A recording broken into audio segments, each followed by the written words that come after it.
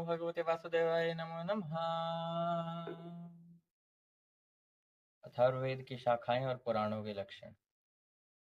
जैसा कि सूत जी पहले ही बता चुके हैं सुमंतु मुनि के बारे में, हमने पिछले अध्याय में जाना था कि यह जो है अथर्ववेद इनको बताया गया। तो इनके जो शिष्य हुए वह थे कबंध जी। इनके आगे दो शिष्य हुए पथ्य और वेददर्श। इस प्रकार से इसकी शाखाएं बट रही हैं, संहिताएं बट रही हैं और यह सुनाई जा रही हैं। वेददर्श ने सुनाई आगे वर्णन किया पिपलायन जी को, मोदोश, ब्रह्मबली और शौल्क्यानी, इन चार को। और जो इनमें पथ्य थे इन्होंने तीन संहिताएं बांटी जो कि सुनाई गई थी कुमुद, शुनुक, अथर्ववेदा, जाजली। अंगीरा गोत्र में जो उत्पन्न हुए थे शुनक, उन्होंने भी दो संहिताएं बांटी थी जो कि बभ्रु और सैंधवायन को सुनाई गई थी। उनका अध्ययन करवाया गया था उन्हें और इन्होंने सावर्ण्य आदि ऋषि को इनके बारे में बताया था। और इसमें और भी महान ऋषि थे जिनका वर्णन इनके द्वारा उनको किया गया था।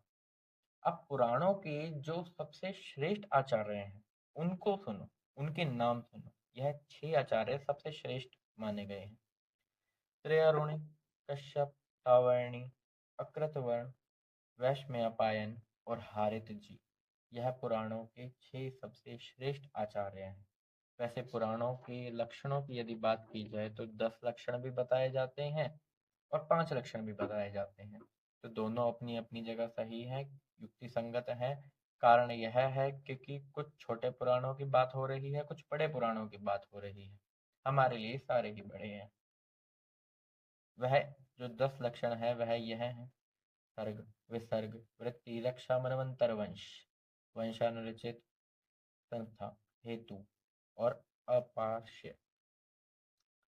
कोई 5 लक्षण भी बताते हैं, दोनों ही युक्ति संगत है। अब 18 पुराण ऐसे हैं जो छोटे बड़े मिलाकर उनके नाम बताए गए हैं भागवत जी में। उनके नाम सुनो: ब्रह्म पुराण, पद्म पुराण, विष्णु पुराण, शिव पुराण, लिंग पुराण, गरुड़ पुराण, नारद पुराण, भागवत पुराण, अग्नि पुराण, स्कंद पुराण, भविष्य पुराण, ब्रह्म वैवर्त पुराण, मार्कंडेय पुराण, वामन पुराण, वराह पुराण, मत्स्य पुराण, कूर्म पुराण और ब्रह्मांड पुराण।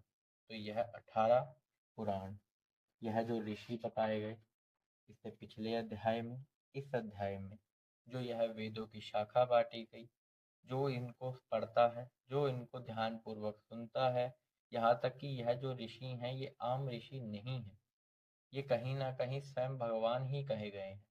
कारण यह है क्योंकि इन ऋषियों में बुद्धि भी बहुत तेज है और यह सब बड़े ही पढ़े और इतना मतलब इन्होंने वेदों का अध्ययन किया है कि यह बहुत ही ज्ञानी ध्यानी है। इनके दर्शन मात्र से लोगों की समस्त पाप राशि नष्ट होती थी। इस प्रकार से दर्शन तो अब संभव नहीं है, लेकिन इनके जो नाम है उनमें भी कहीं ना कहीं बहुत ही शक्ति है। यदि इन नामों को भी सुन लिया जाए तो कहीं ना कहीं मन में शांति और ब्रह्म तेज की प्राप्ति होती है उस व्यक्ति को।